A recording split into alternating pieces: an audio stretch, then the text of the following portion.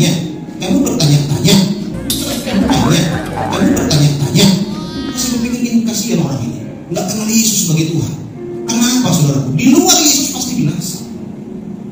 Tidak ada jalan keselamatan lain selain daripada Yesus. Jelas itu. Yohanes 14 ayat 6. Akulah jalan kebenaran dan hidup. Tidak seorang pun, tegas ya firman Tuhan, tidak seorang pun sampai kepada Bapa kalau tidak melalui Yesus. Bergumullah buat keluarga, berdampaklah sesuai dengan visi gereja kita. Berdampaklah buat mereka. Bagi saudara masih punya keluarga yang belum kenal Tuhan, mulai sekarang bergumul. Tuhan, apa yang aku harus lakukan buat mereka? Buat tetangga, buat teman sekerja, buat teman sekantor, teman lama. Berdampaklah kita saudara. Minimal mungkin kita tidak beritakan secara langsung, oh Yesus Tuhan, tapi kelakuan kita, karakter kita, perbuatan kita bisa berdampak sehingga mereka apa? Oh begini ya jadi Kristen. Jadi Kristen. Oh begini ya. Sempurna Kristen itu mengajarkan. Hal yang paling saya kagum pertama baca Alkitab, ketika Tuhan Yesus itu disalib. Dia disalib saudara. Dia berkata dari salib, ya Bapa, ampunilah mereka sebab mereka tidak tahu apa yang mereka perbuat. Itu saya baca nangis saya saudara. Keren kali ayat ini. Udah disalib dia, udah disiksa dia, masih berkata ya Bapa, ampunilah mereka karena mereka tidak tahu apa yang mereka perbuat. Wow. Kita belum disakiti saudara, nggak berdampak, kita belum diapa-apain. Kita minjam duit sama dia, terus ditagihnya, kita yang marah. Mungkin kita punya usaha, punya toko, punya gede, terus merasa apa? Cantik. Mungkin kita punya keluarga atau apapun saudara, susah kita mengampuni. Nggak berdampak kita buat keluarga, tidak berdampak mungkin dengan saudara-saudara. Saya bukan berarti saya juga berdampak sekali, bukan saudara. Tapi kita sama-sama belajar. Kita sama belajar. Kita sudah melihat bagaimana keluarga Bapak Gembala, Ibu Gembala, bagaimana anak-anaknya saudara berdampak. Saya itu kesaksian saya, ya kesaksian nyata yang pernah saya lihat. Dari kecil anak Bapak Gembala ini, bahkan ada mereka dulu nggak tahu membaca sudah sekolah. Tiba-tiba dilatih terus baca firman tiap hari oleh Bapak Gembala. Sekarang mereka jadi orang-orang yang berdampak. Ada dulu yang makan Indomie saja saudara. Aduh, motor mereka itu motor apa? Saya lupa itu. Ada Yamaha itu berasap knalpotnya. Dibawa bonceng 4 saudara. Betul. Ban botak. Lalu Pak Gembala pindah dari ruko ke rumah. Gak ada saya lihat mereka menangis gitu. Saya dikuatkan gitu saudara. Saya melihat itu berdampak gitu. Jadi punya pengaruh. Jadi mertua dari Bapak Gembala ini pernah tinggal lama di situ saudara. Di rumah itu dan berdampak. Ikut berkali-kali ikut ke gereja, dibawa lagi KKR saudara. Kemernikan saya dibawa juga. Ya ikut juga muji Tuhan. Siapa itu? Katanya. Ya nggak apa-apa saudara punya bekas, tapi punya dampak. Kita keluarga kita. Saya ingatkan bahwa kita harus menjadi garam dan terang dunia. Dikatakan di sini di dalam firman Tuhan di dalam Matius 5 ayat 13 dikatakan begini, kamu adalah garam dunia. Jika garam itu menjadi tawar, dengan apakah dihasilkan? Tidak ada lagi gunanya selain dibuang dan diinjak orang. Hidup yang tidak berdampak tidak ada gunanya, tidak bisa mengasinkan, tidak bisa memberi rasa kepada orang yang ingin mengetahui sesuatu dalam kehidupan kita. Ya. Mereka punya pergumulan, terus nanya sama kita yang kenal Tuhan. Dia lihat kita umpamanya orang yang kenal Tuhan, terus dia tanya, saya punya pergumulan begini Pak. Kita nggak bisa jawab saudara. Kita nggak bisa berikan solusi kepada dia. Malah kita bilang, kamu nanya, kamu bertanya-tanya. Nggak bisa saudara. Seharusnya ya bagaimana kita berdoa. Nggak bisa berdoa. Jadi kamu adalah terang dunia, kota yang terletak di atas gunung, tidak mungkin tersembunyi. Terang kita terlihat, saudara. Terang kita terlihat bagi mereka. Saya di Mumbai, waktu ngontrak, sebelum tinggal di gereja di jalan sekolah itu ya, awal-awal menikah, kami ngontrak di perumahan apa saya udah lupa saudaraku, agak jauh lah dari gereja. Nah, kita ngontrak, terus tetangga kita itu bukan orang yang kenal Tuhan. kita lakukan pendekatan kepada dia. Kita dekati saudaraku bagaimana kita berkomunikasi. Suatu saat anaknya sakit malam-malam, ini nggak kenal Tuhan, jenggot panjang, celana cingkrang. Malamnya saudaraku, dia panggil, Pak Pasaribu, doakan anak saya, doakan. Baru dinilai saudara dari fanatiknya, wah ngeri. Tapi karena saya saudaraku melakukan, menunjukkan bahwa saya ini mengasihi dia, tidak pernah membenci dia, walaupun di awal-awal dia tidak mau mencakapi saya. Saya tetangga baru datang pagi-pagi sama-sama manasin motor di depan. Dia di depan teras, saya datang, Pak, saya bilang. Sekali dibuat gitu mungkin masih kuat. Coba 2 kali, Pak, kita bilang nggak dijawab. Mungkin sombong kali bapak ini, bakarlah rumah ini nanti. 3 kali dibuatnya gitu, awas kau ya, aku panggil dukun. 4 kali dibikin gitu, sudah punya rencana jahat kita. Aku intai pada tengah jalan. Mungkin begitu saudara. Saya berbulan-bulan, Pak, adik saudara, luar biasa. Saya tahan-tahan. Tapi lama-lama saudara, bukan hanya sekali juga, tiap hari saya bikin bosan ya Pak. Iya, dijawab saudara. Puji Tuhan, senang hati saya. Bukan saya kesal, bukan tambah kesal saya bilang, besok kau gini, aku gini juga. Enggak saudara, senang hati saya. Tuhan, terima kasih dia sudah tersenyum. Berarti saya berdampak buat dia Tuhan. Anak-anak saya selalu saya bilang, maghrib nak masuk, jangan main keluar, hormati agama lain. Jangan kita main lato-lato maghrib, putar, berhentilah main lato-lato itu. Kita udah juga saudara.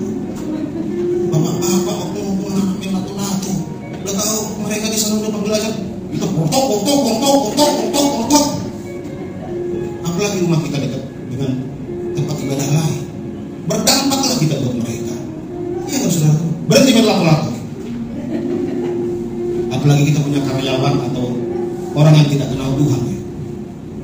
Di rumah umpamanya, pas lagi asik nonton sinetron, ganteng-ganteng serigala, tiba-tiba sesaat lagi kita akan mengumandangkan aja. Matikan. Kecilkan suaranya. Itu kasihan loh saudara yang terkasih. Terus matikan, kecilkan. Nggak boleh begitu saudara. Walaupun kita pura-pura kamar aja kita. Kecuali nggak ada orang beda iman di situ, ya matikan. Ngapain kita dengar? Lebih bagus kita dengar Tuhan Yesus. Kan gitu. Supaya apa? Supaya kita bisa jadi terang buat mereka. Kalau di depan dia kita bilang, matikan, kecilkan suaranya. Sedih dia saudaraku yang terkasih. Dipikir kita ketakutan mendengar itu, udah gemetar iblis mendengar suara kumandang itu katanya. Dibilangnya kita iblis saudara yang terkasih. Kan gitu. Kalau saya bawa mobil ya sama ayah saya, lagi dengar radio nih. Ya kadang-kadang putar lagu rohani, gitu ya. Kadang-kadang lagu rohani bahasa Inggris, kadang-kadang rohani bahasa. Tapi kadang-kadang udah mulai tahu ya. Kadang-kadang putar juga lah radio. Pas putar radio, saya kuat kan. Lain tak sholat. Begini kan. Saya antarkan saudara. Supaya apa? Berdampak kita saudara. Coba kalau dalam mobil itu dia, disikali ini udah tahu lagi, matikan, kesel dia. Nah itu saudaraku ya. Dari hal-hal kecil dulu kita berdampak buat mereka. Dari hal-hal kecil. Saya ada seorang yang baru kenal Tuhan, tinggalnya masih di area itu. Saya katakan kepada dia, ibu harus berdampak pada mereka semua. Harus berdampak buat mereka. Bagaimana supaya mereka itu kenal Tuhan, supaya mengenal keselamatan. Nanti kita di surga saudara, Tuhan pertanggungjawabkan itu semua. Apa yang sudah kita lakukan. Saya nge-grab, saya sambil nge-grab bawa orang. Dalam hati saya, Tuhan, gimana caranya supaya saya bisa beritakan kabar baik buat dia. Itu pikiran saya saudara. Kadang-kadang saya sampai sengaja dari rumah pergi ke Paling Indah. Itu jauh saudara. Kemana saya pergi? Ke kantor urusan agama, tempat pemutusan perceraian. Mantap itu. Begitu saya lihat masuk orderan, keluar penumpangnya dari kantor urusan negara. Nangis saudara. Mungkin udah diputuskan hari ini cerai. Saya nggak tahu apa begitu keputusan atau enggak. Saya nggak pernah cerai saudara. Mungkin begitu ya. Diputus. Tok tok tok. Baluhak dan baluhib sah hari ini cerai. Mungkin begitu ya. Kayak keputusan sidang-sidang itu gitu kali ya. Cerai. Masuk order. Di dalam itu entah berapa orang bisa disampaikan kebaikan. Orang kalau sudah hancur hatinya saudara, hancur hatinya, gampang berikan kabar baik. Udah hancur. Itu dia jahat.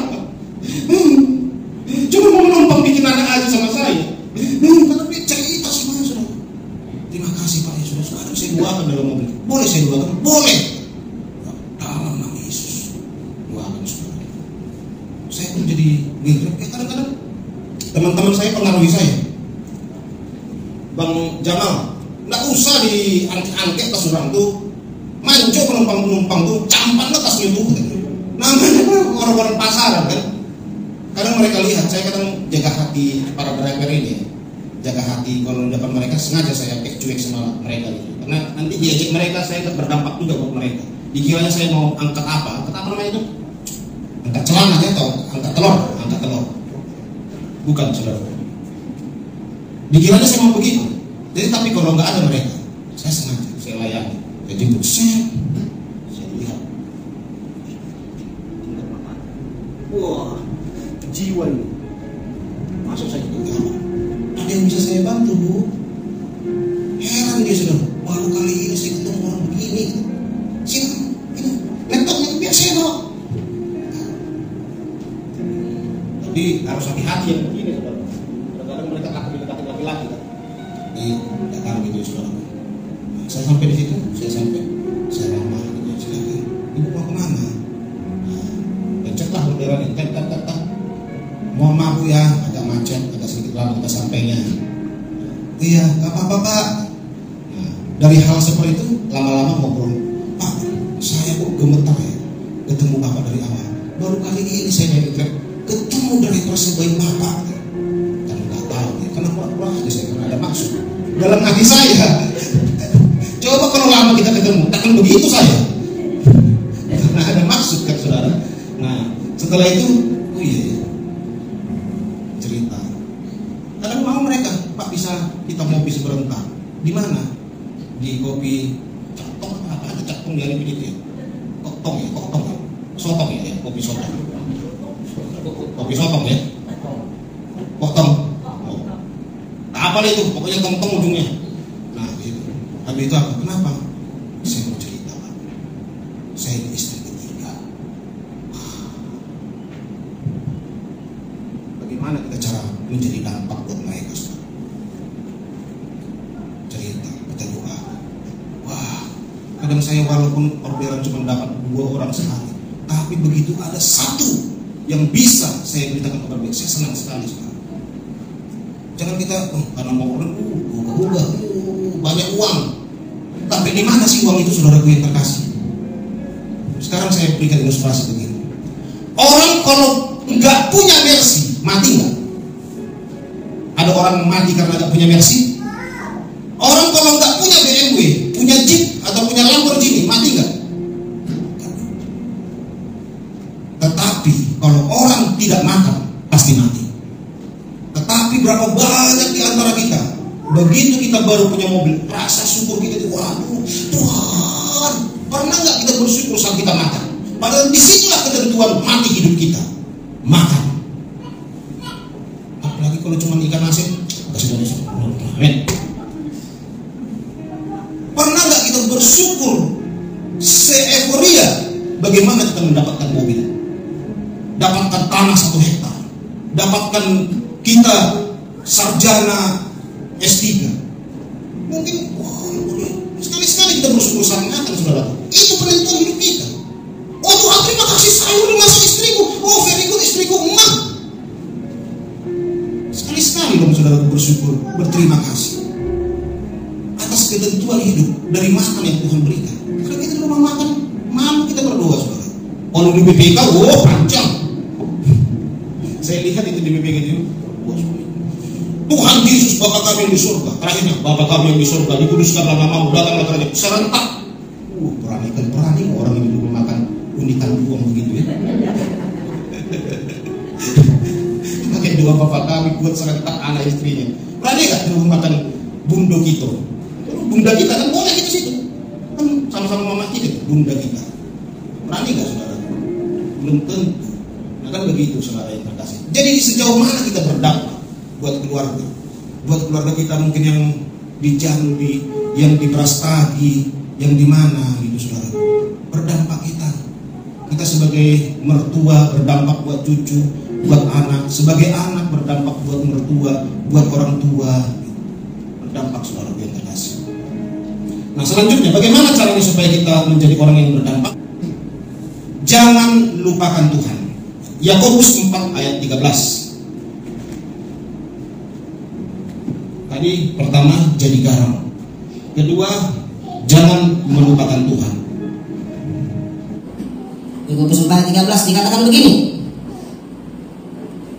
Jadi sekarang hai kamu yang berkata, hari ini atau besok kami berangkat ke kota Anu, dan di sana kami akan tinggal setahun dan berdagang serta mendapat untung. Sedang kamu tidak tahu apa yang akan terjadi besok. Apakah arti hidupmu? Hidupmu itu sama seperti uap yang sebentar saja kelihatan. Ini benar sekali. Hidup itu sebenarnya sekejap sekali, sebentar. Baru Natal sudah Natal. Saya kadang-kadang masuk ke sebuah grup, apa itu namanya? Kalau saudara punya Facebook, namanya foto-foto zaman dulu. Itu kan pengikutnya sudah sampai 700.000 orang. Nah, saya masuk ke situ, saya suka memberitakan kabar baik di situ. Kabar baiknya dengan cara hal-hal halus. Saya suka ingatkan begini. Saya upload foto, apa namanya? Foto zaman dulu. Orang nonton di teras, nonton TV gitu ya. Kan zaman dulu susah nonton TV saudara. Saya pun dulu nggak punya TV, nonton ke rumah orang gitu ya. Kan ada di Facebook tuh foto zaman dulu orang nonton di teras. Terus pintunya ditutup oleh tuan rumah. Saya bilang begini, ingatkah Anda pada zaman dulu seperti ini? Siapa yang ngerasain? Ayo gitu ya. Saya bilang, ayo. Ternyata ya guys, waktu cepat berlalu. Perasaan saya baru kemarin kita nonton Satria Baja Hitam, baru kemarin kita nongkrong di depan begini. Kok tiba-tiba kita sudah pada punya anak guys. Cepat waktu berlalu ya guys. Makanya jangan pernah lupakan diri kepada Tuhan. Selalu andalkan Tuhan. Itu komen saudara banyak ribuan, sampai hampir 10.000 orang like-nya. Saya menangis membaca ini. Saya suka cita membaca ini. Mereka tetangga-tetangga senang mereka saudara. Terima kasih Pak Jamal Dodi Pasar Ibu sudah mengingatkan kita. Kadang kami terlalu sibuk jalan-jalan urusan ini. Betul, tiba-tiba kami sudah merasa tua. Jadi hal begitu berdampak saudara. Hal seperti itu. Saya pernah menulis di Riau Post. Jadi kan di Riau Post MX itu kan saudara, saya apapun itu saya gunakan kesempatan memberitakan kabar baik saudara. Apapun. Dulu di Riau Post itu sebelum ada medsos ya. Riau Post itu kan ada. Ketik kok apa curhat spasi apa gitu ya, kirim ke satu-satu. Itu kan ada tuh di Riau Post. Apalah saya bikin itu memberitakan kabar baik ya. Saya bikin gini, ketik, apapun masalahmu hari ini, syukurilah karena besok belum tentu ada masalah yang lebih besar. Laluilah hari ini. Aduh saya udah gak lupa ini kata-katanya saudara. Sudah lama sekali. Pokoknya kata-kata yang membangun dari kitab Amsal saya ambil. Tidak akan lebih besar masalah. Pokoknya begitulah saudara yang terkasih. Tahu gak saudara? Ribuan. Iya waktu itu masih HP kecil saya, Nokia 3100. SMS masuk. Pip pip pip pip pip. Terima kasih Pak. Saya dikuatkan Pak. Oh aduh. Ini Pak saya sudah hancur saya. Ada saya baca di Riau Post Pak begini tulisan Bapak. Saya senang Pak. Masuk terus saudara. Akhirnya saudaraku, tulisan saya itu menjadi yang terbaik. Besok, padahal saya nggak kirim SMS lagi saudaraku, dipasang kembali oleh Riau Post. Di situ ya, dipasang. Karena tulisan saya itu bagus katanya saudara. Dipasang kembali. Pak saya senang ada orang dikuatkan, ada orang diteguhkan. Saya pengen berdampak buat mereka. Tuhan. Di MX banyak anak Tuhan ketakutan beli MX dulu. Bicara kekerasan darah, membunuh itu. Tetapi saudaraku, di situ kan ada tulis komentar Anda, apa-apa Anda, kan ada gitu. Sampai ke ini, maafnya, perbesar alat kelamin, kayak gitu. Ketik sekian, saya SMS firman Tuhan di situ. Saya SMS saudara, firman Tuhan pada masa-masa di MX itu. Ada juga yang datang maki-maki dia saudara. Apa? Tuhan, sampai kapan hidup saya mau beritakan kabar baik buat mereka? Tuhan, saya mau berdampak buat mereka. Nah, begitu. Kalau keluarga kita yang tidak kenal Tuhan, ya harus kita berikan dampak buat mereka. Saya katakan kepada anak saya, nak, kamu sekarang sudah di negeri, kamu harus berdampak buat teman-teman, buat saudara-saudaramu yang tidak kenal Tuhan. Apa yang bisa kamu lakukan? Kadang dia sama temannya gitu ya, ayah jajan, mana temanmu nak? Jangan satu sekolah, minimal dia berteman dengan 5 orang. Jajan deh. Belikan sekalian ya, balas. Belikan. Tak apa-apa deh, banyak kali mau. Ayah bilang banyak, ayahmu kaya ya balas. Saudara tahu kan? Belikan sekali. Mereka ngajar apa itu namanya? Itu ya. Belikanlah, istri saya kemarin belikan apa? Gorengan atau apa itu? Nah, sama teman-teman belikan saudara, supaya mereka tahu bahwa kita mengasihi mereka. Selanjutnya, bagaimana dikatakan firman Tuhan? Sebenarnya kamu harus berkata jika Tuhan menghendaki, kami akan hidup dan berbuat ini dan itu. Tetapi sekarang kamu memegahkan diri dalam congkakmu, dan semua kemegahan demikian adalah salah. Jadi jika seorang tahu bagaimana ia harus berbuat baik, tetapi ia tidak melakukannya, apa dikatakan? Ia berdosa. Saudara, kita tahu cara berbuat baik, tapi tidak kita lakukan. Kata firman Tuhan, ia berdosa. Bukan kata saya, saudara, kata firman Tuhan, ia berdosa. Udah tahu kita cara melakukan kebaikan berdampak itu, saudara. Enggak kita lakukan, kita berdosa. Jadi dosa itu bukan hanya karena saya mau pergi hari ini pijit-pijit plus-plus, nah, berdosa. Enggak, bukan karena saya hari ini ngamuk-ngamuk, marah-marah di jalan gitu saudara, terus kita baru berdosa. Enggak, tetapi hal begini juga bisa berdosa saudara. Apalagi kadang-kadang di jalanan ya, saya kadang-kadang susah juga mau menahan emosi. Bukan berarti saya selalu sabar juga terus, bukan saudara. Kadang-kadang mau juga kita nggak sabar di jalanan ini. Tetapi kita harus berdampak. Teman saya seorang orang Aceh, kemarin berapa hari di sini, datang ke sini. Ada beberapa kemarin orang penggemar saya datang ke sini, saudara. Ada yang dari Jakarta, ada yang kemarin dari Aceh. Karena saya lihat apa yang abang sampaikan itu betul, semuanya itu benar. Itu kehidupan sehari-hari, Bang. Iya, saudara yang terkasih. Saya ingatkan di hotel dekat bandara itu Civitel. Cari yang murah dulu, main makan dulu sama kasirnya atau apa itu ya. Ada hotel yang murah, Pak. Ada, Pak, bagus. Rupanya saudaraku dibayarin juga sama dia. Ternyata dia orang kaya. Puji Tuhan. Awalnya sih begini-gini, saudaraku yang terkasih. Dari mana lah makannya ini? Dari mana lah nginapnya ini? Dari mana? Tapi saya kata, Tuhan, Kau cukupi Tuhan. Engkau cukupi Tuhan, aku percaya Tuhan.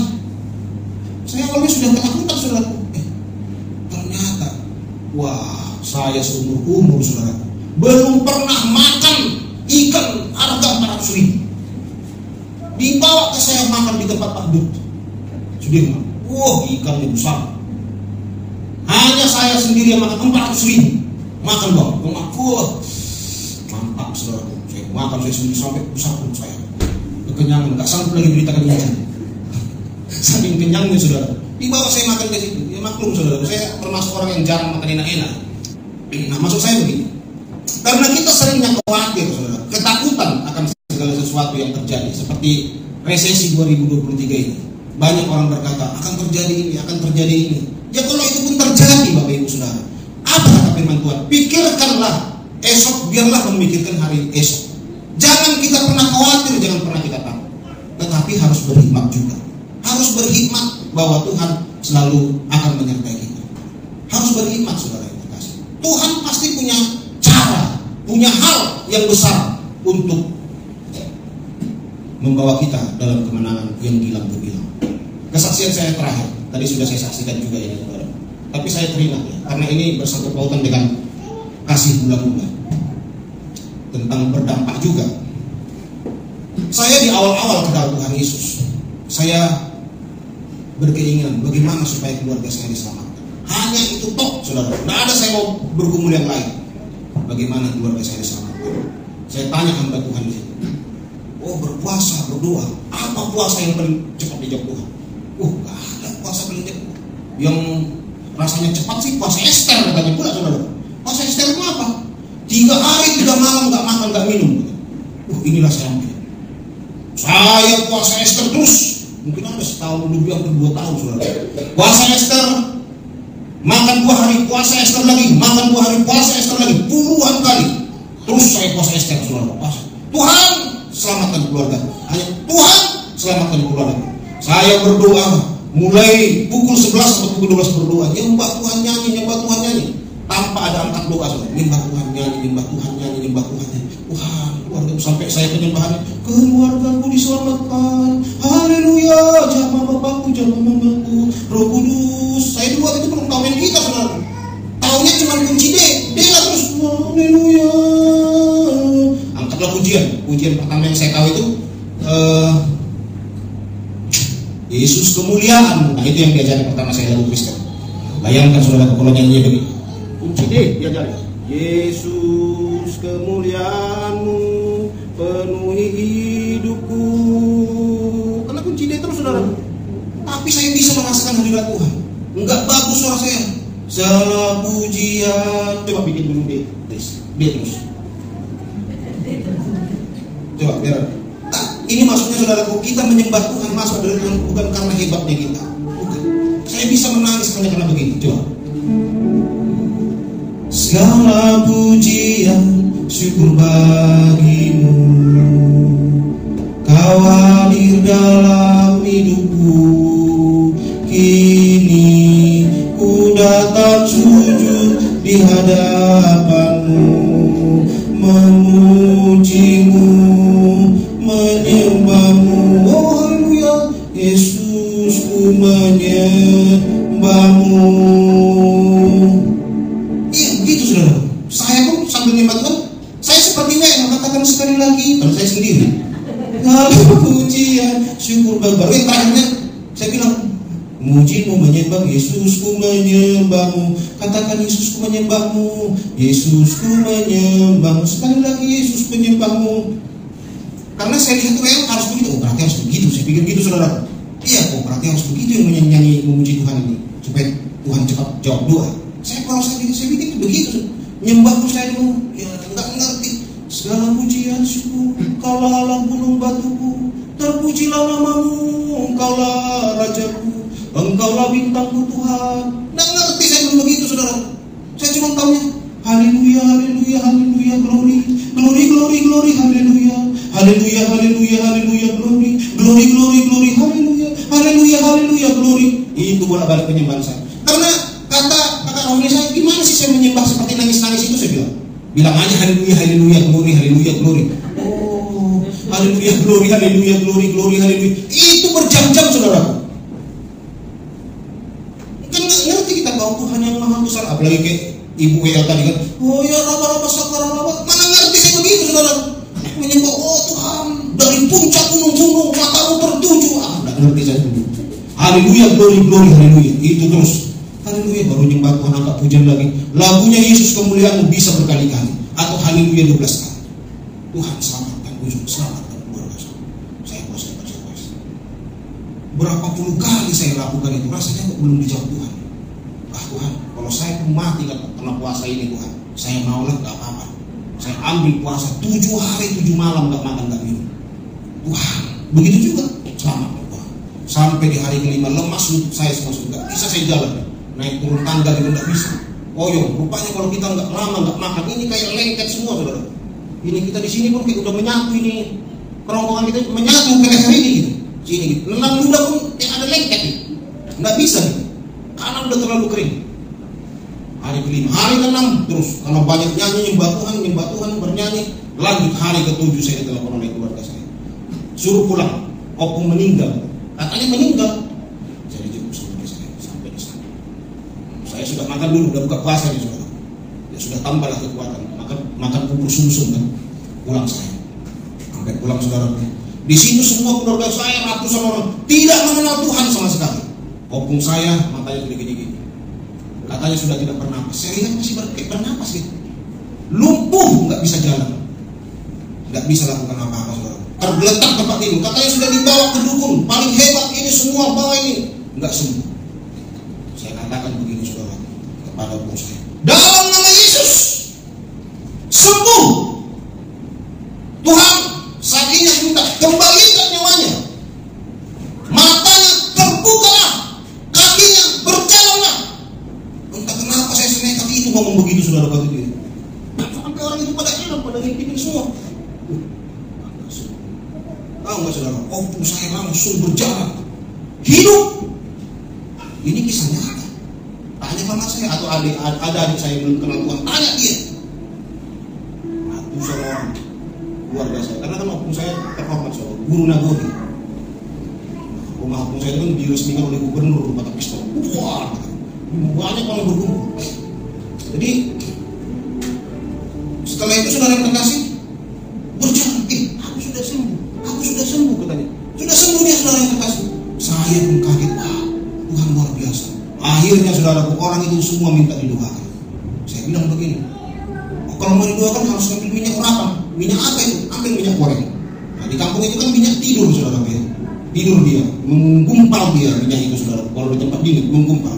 Jadi tempat minyak itu dulu kan minyak curahan saudara, bukan kayak bimoli sekarang. Dulu curahan dimasukkan ke kaleng SGM gitu ya. Saya beli kemasan, ditempatkan ke botol aqua atau ke kaleng SGM atau ke liter-literan gitu ya. Kan begitu dulu saudara. Jadi minyak ini menggumpal, disendok lah, set, dikasih ke tangan saya gumpal-gumpal gini minyak ini. Tuhan, inilah minyak Tuhan, minyak urapan. Jadikan minyak ini minyak yang biasa menjadi minyak penuh urapan. Doakan kami. Doakan.